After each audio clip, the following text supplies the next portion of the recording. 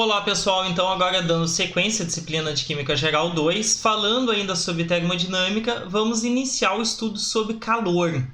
O que seria o calor? Então quando a gente fala, porque está muito calor hoje, na verdade a gente está falando sobre a temperatura, né? Será que um está associado ao outro? Bom, o calor nada mais é do que a energia transferida em consequência da diferença de temperatura. Então, por exemplo, quando eu aproximo dois corpos, aqui eu tenho um corpo com temperatura maior e outro corpo com temperatura menor, ocorre a transferência de calor do corpo mais quente para o corpo mais frio. E isso é um processo espontâneo, né? Então, quando eu aproximo dois corpos, tendem a encontrar um equilíbrio na temperatura. E como isso ocorre? Pela transferência de calor, tá? E como ocorre essa transferência? Bom, a gente pode tentar imaginar isso dentro da composição química das substâncias, que um corpo com uma maior temperatura, as moléculas estão, átomos e íons, enfim, estão se agitando com uma maior intensidade, totalmente desordenado, mas com uma alta energia. E quando ele se aproxima de outro, ele transfere essa energia de agitação, que é uma energia térmica, para o outro corpo. Então é uma transferência aleatória, ela não é sempre totalmente homogênea, como é o caso da expansão do trabalho, por exemplo, né? Então isso a gente precisa entender. Bom, e como vai estar associado este calor com a energia interna? Então, desde que nenhum trabalho seja realizado, agora eu não estou realizando trabalho, não há variação do volume, tá? Toda variação da energia interna está associada ao trabalho, seja pela entrada ou saída de calor. Então, a gente pode ter dois tipos de processo. Eu posso ter um processo endotérmico, que ocorre a entrada de calor para o sistema, né? E quando é entrada de calor, eu estou aumentando a energia interna. Então, tanto o calor quanto a variação da energia interna são positivos. Então, eu posso associar o calor e o trabalho com o sinal da variação da energia interna.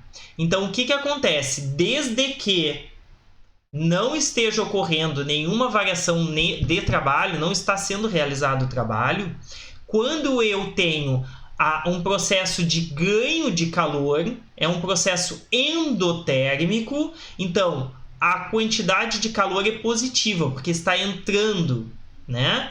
E a variação da energia interna também é positiva, porque está aumentando a minha energia interna. Da mesma forma, quando eu estou liberando calor, meu sistema libera calor, eu estou diminuindo a energia interna, logo o meu processo é exotérmico e o sinal é negativo. Então, eu tenho ganho de energia, ou seja, um aumento da minha energia interna pelo ganho de calor. Então, ele será associado ao mesmo valor, então todo ganho de energia é derivado do ganho de calor, e da mesma forma que toda a energia perdida está associada à doação de calor. E isso se deve porque nenhum trabalho está sendo realizado. Depois a gente vai ver que os dois podem, né, e muitas vezes irão trabalhar juntos, ou seja, estarão associados tanto a realização de trabalho quanto o ganho de calor ou a perda de calor e o trabalho realizado contra o sistema. Bom, aonde a gente está presente isso? A gente pode ver, né, esse ganho energético, ele muitas vezes está associado à tabela nutricional. Então aqui eu tenho que o valor energético, ou seja, o ganho de energia, né, quando eu consumo aqui, por exemplo, 2 colheres de sopa de farinha, eu acho que deve ser, né, aproximadamente 37 gramas dessa farinha, eu estarei consumindo 131 quilocalorias. E o que é esse quilocalorias? Ele está associado também ao joule. Então, quando eu falo em calorias na bioquímica, eu estou calorias com C minúsculo é 4,184 joules.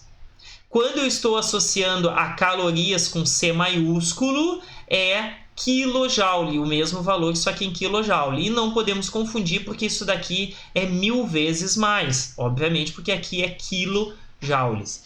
E por que eu estou falando isso daqui? Porque a caloria, ela antes estava mais associada à quantidade de energia necessária para elevar a temperatura de 1 grama de água. E agora ela está mais associada, né, ao ganho energético associado a joule. Bom, como é que a gente pode ver isso daqui? Dentro de um sistema, né, das substâncias, cada substância tem a sua capacidade de absorver calor e converter isso num aumento de temperatura. Como assim? Eu trago aqui uma imagem para vocês, o seguinte. Aqui eu tenho duas pessoas na beira do mar. E como está associado calor ao mar? Não somente a temperatura. Vamos ir um pouquinho além. De manhã cedo, se vocês chegarem na beira do mar, né, a temperatura ambiente, mesmo que seja num dia de calor, a temperatura ambiente vai estar mais fria, isso bem cedo da manhã. Mesmo eu tendo sol, a temperatura ambiente ela é pequena. Já se eu tocar na água, ela vai estar morna. Tá? Agora, o que acontece durante o dia? Durante o dia, a temperatura ambiente vai estar muito quente. Já a água, ela não vai ter aquecido tanto. Por quê? Porque mesmo os dois recebendo a mesma intensidade de calor vindo do sol, o ar ele aquece muito mais rápido. Já a água não. Mas professor, de manhã ela está mais quente. Sim, passou o dia inteiro aquecendo. Quando chega a noitinha, a água ainda está quente, mesmo que a temperatura ambiente esteja fria. Por quê? Da mesma forma que o ar recebe calor e isso ele reflete no aumento da temperatura rapidamente, ele também libera esse calor diminuindo a sua temperatura, porque a capacidade calorífica dele é pequena.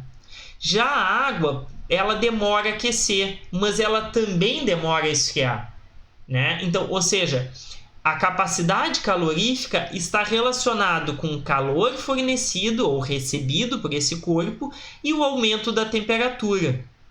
E ele então pode ser convertido nesse Czão aqui, que é a capacidade calorífica, é o calor recebido pela variação da temperatura. E aí eu posso olhar aqui, ó, o ar ele tem uma capacidade calorífica de 1 joule grau Celsius por grama de ar, né? Já a água de 4,184. A capacidade calorífica da água é 4 vezes maior do que a do ar. Então, por isso que eu posso dizer para vocês que a água, ao final do dia, está mais quente e o ar está mais frio, porque ele, apesar de ter aquecido o dia inteiro, ele rapidamente perde esse calor, né, a forma de temperatura, diminuindo a sua temperatura, e o mar não, ele consegue reter essa temperatura. Mas, ao mesmo tempo, eu posso dizer o seguinte: se eu estiver comparando, por exemplo, eu colocar uma piscina de água na beira do mar, e aí eu tocar nos dois, os dois passaram o dia inteiro aquecendo. Lá nas 6 horas da tarde eu vou botar um termômetro, qual que vai estar mais quente? A água da piscina. E isso por quê? Porque a capacidade calorífica ela é uma propriedade extensiva, ela depende da quantidade. Então eu não posso simplesmente dizer a água tem uma maior capacidade calorífica, então eu vou sempre demorar mais para aquecer. Bom, se eu comparar uma gota de água com 1/4 inteiro de ar, eu demoro mais tempo para aquecer o ar do que a água, porque eu estou com quantidades diferentes. Então, se eu estiver, por isso que aqui eu estou comparando com a grama, né? É a quantidade de energia para converter, aumentar a temperatura de 1 grama. Então, isso é uma propriedade extensiva, ela depende da quantidade. Bom, então por isso a gente trabalha mais com a capacidade calorífica específica, porque ela vai levar em consideração a quantidade em massa. Se eu pegar a capacidade calorífica e dividir pela massa, ó, eu tenho a capacidade calorífica da água dividido pela massa, aí eu vou ter a capacidade calorífica específica. Substituindo aqui nessa fórmula, ó, eu vou ter que o calor fornecido, ele vai levar em consideração o produto da massa da minha substância, da capacidade calorífica específica, vezes a variação da temperatura. Então, eu vou dar uma quantidade de calor, mas para dar uma variação na temperatura depende tanto da massa quanto da capacidade calorífica. Então, eu estou associando isso. Uma dica QMACT. Então, uma dica para saber mais ou menos essa fórmula da capacidade calorífica. Outra forma da gente calcular é pela capacidade calorífica molar. Então, em vez de eu usar a massa, eu posso usar a quantidade molar, que é eu pegar a capacidade calorífica e dividir pelo número de mols, que é a quantidade de matéria. Bom, seja por um ou por outro, tanto faz, porque tanto aí eu posso converter a massa em quantidade molar quanto um no outro. E isso, obviamente, para substâncias puras. Se eu estiver falando, por exemplo, de uma mistura como o ar, já fica mais difícil eu converter em quantidade molar. E aí aqui eu só vou substituir. Em vez da massa vai ter o número de mols e em vez da capacidade calorífica específica eu vou ter a capacidade calorífica molar. E como eu posso usar isso num exercício? Então aqui, ó, calcule o calor necessário para o aumento da temperatura de 100 gramas de água, de 2 mols de água, de 20 a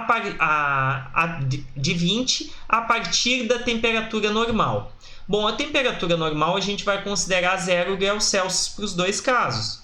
Então, primeira coisa eu vou usar, porque está falando em gramas, eu vou usar a capacidade calorífica específica da água. E da onde eu tiro esses valores? São tabelados, então todos os livros têm esse valor, né? Quando eu for dar um exercício para vocês, eu vou dar a capacidade calorífica ou vocês vão pegar do livro. Então, ó, QMACT, né? Então, qual é a massa? 100 gramas. A capacidade calorífica da água é 4,184 joule graus Celsius por grama. E a variação da temperatura é a temperatura final de 20 e a temperatura inicial de 0.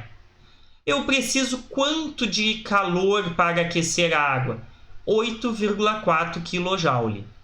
Então, é um processo que eu tenho que dar calor para o sistema, então é um processo positivo. O sistema ganhou energia. Quem é o meu sistema? A água. Eu saí de um sistema de menor energia, 0 graus Celsius, e fui para um sistema de maior energia, 20 graus Celsius.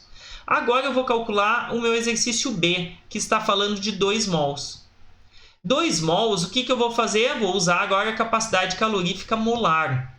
Então tá aqui, ó, a quantidade de mols, que é 2, vezes a capacidade calorífica molar, vezes ΔT.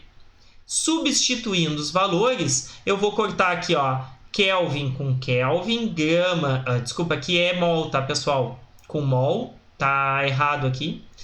E vai sobrar joule, né? Então, olhem só os dois valores. Aqui eu gastei mais 8,4 kJ de calor e aqui só 3. Faz sentido isso? Vamos ver. Qual é a massa de 1 mol de água? Tá aqui, ó. Como é que eu calculo isso? A água tem essa fórmula. Tenho 2 átomos de hidrogênio vezes 1, que é a massa do hidrogênio na tabela, mais 1 átomo de oxigênio vezes 16 gramas, que é a massa molar do oxigênio na tabela periódica. Então, a massa de 1 mol de água dá 18. Aqui eu calculei errado, tá, pessoal? Tá 18. Depois eu botei aqui correto. 18 gramas por mol. O que quer dizer isso daqui? Quer dizer que a cada 1 mol de água tem 18 gramas. Aqui eu não falava de 2 mols, então se 1 mol tem 18, 2 mols tem 36 gramas. Então, olhem só, eu estou comparando para aquecer de uma temperatura de 0 até 20 duas frações de água, uma com 100 e a outra com 36. Quem eu vou gastar mais? Obviamente com 100, 8,4 do que com esse daqui. Vocês viram que eu consegui converter a quantidade de matéria em massa. Então é possível fazer isso para poder calcular, porque eu estou trabalhando com uma substância pura. O percolato de potássio, KClO4, é usado como oxidante em focos de artifício. Calcule o calor necessário para aumentar a temperatura de 10 gramas de perclorato de potássio de 25 até a temperatura de ignição, 900 graus Celsius. A capacidade calorífica do perclorato é de 0,8111 Joule/Kelvin-grama. O que eu vou fazer? Como eu estou falando em massa, e aqui eu dei a capacidade calorífica específica, mesmo ele não tendo falado, mas está falando em gramas, o que eu faço aqui? Substituo 10 gramas a capacidade calorífica, a temperatura, como aqui está em Kelvin, eu tenho que converter para Kelvin. 900 mais 273,15, 1173,15. 25 mais 273,15, 298. Chego aqui, então a quantidade de calor necessário é de 7,1 kJ para eu aquecer o perclorato de 10 até 900 graus Celsius. Tranquilo? Bom, como eu faço o acompanhamento dessas reações, a quantidade de calor de uma reação liberada ou para, eu utilizo um equipamento chamado de calorímetro. O que é um calorímetro? Bom, um calorímetro é um dispositivo no qual o calor transferido é possível de ser monitorado pela variação da temperatura que ele provoca. Então aqui eu tenho uma reação, eu tenho um termômetro, um agitador, e aí eu vou acompanhando. Se essa reação libera calor, vai ocorrer um aumento da minha temperatura. Se essa reação absorve calor, vai ocorrer uma diminuição da temperatura. E isso se deve a eu ter uma parede isolada. Então aqui, ó, copo de espuma de poliestireno. Então, ou seja, ele vai tentar manter com que toda a temperatura permaneça fixa ali dentro, né? Então, como eu posso fazer para acompanhar? Geralmente eu vou calcular, a capacidade calorífica do calorímetro, ou calibrar o calorímetro. Eu vou primeiro colocar aqui uma quantidade de calor, ou seja, eu vou dar uma quantidade de calor que eu conheço, que vai causar uma variação de temperatura que eu conheço, para eu ver a capacidade calorífica. Eu tendo a capacidade calorífica do calorímetro, ou a calibração do calorímetro, depois eu vou usar isso para descobrir de uma reação. Como assim, professor? Vamos ver num exemplo depois. Aqui eu trago para vocês um calorímetro de bomba. Esse aqui já é bem mais complexo, ele já é um sistema aqui que eu vou ter uma pá que vai agitar essa água. Então o termômetro ele vai ficar nessa água aqui. Então toda reação que ocorrer aqui na bomba, que é aqui essa parte interna, ele vai liberar para a água. Como eu conheço a capacidade calorífica da água e o volume da água, eu consigo ver qual a energia liberada por aquela reação.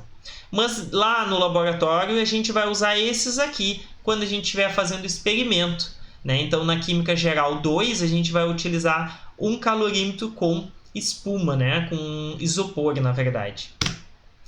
Um calorímetro de volume constante foi calibrado com uma reação que libera 1,78 kJ. Então eu sei que a reação libera isso de calor em 0,1 litro de uma solução colocada no calorímetro. E a temperatura aumenta de 3,65 graus Celsius.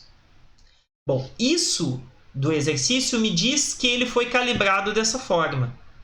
Em seguida, 50 ml de uma solução de 0,2 molar de HCl e 50 ml de uma solução 0,2 molar de NaOH foram misturados no mesmo calorímetro. E a temperatura subiu 1,26. Qual é a variação da energia interna na reação de neutralização? Bom, a primeira parte nós vamos ter que calibrar o calorímetro. Como a gente faz isso? Pegando esses dados aqui. Então, o calor liberado, que eu sei que foi 1,78, porque a minha reação eu já conhecia, vai me dar a capacidade calorífica ou a calibração do meu calorímetro e a variação da temperatura que ele me deu. Eu isolo a calibração do calorímetro passando a variação da temperatura dividindo aqui o calor. E eu tenho assim. Ó, aqui eu tenho o calor que foi liberado pelaquela reação, a variação da temperatura, e eu tenho aqui, ó, isso daqui é a capacidade calorífica do meu calorímetro. Esse valor agora eu vou usar para a segunda. Vou anotar este valor, que é o meu Ccal, que é a minha calibração do calorímetro, e vou substituir, ó, a capacidade calorífica, né, do meu calorímetro, eu vou usar nessa equação. O que é essa equação? O calor liberado pela essa reação, que é o que eu quero saber, vai ser o produto da calibração do meu calorímetro vezes a variação da temperatura. Por quê?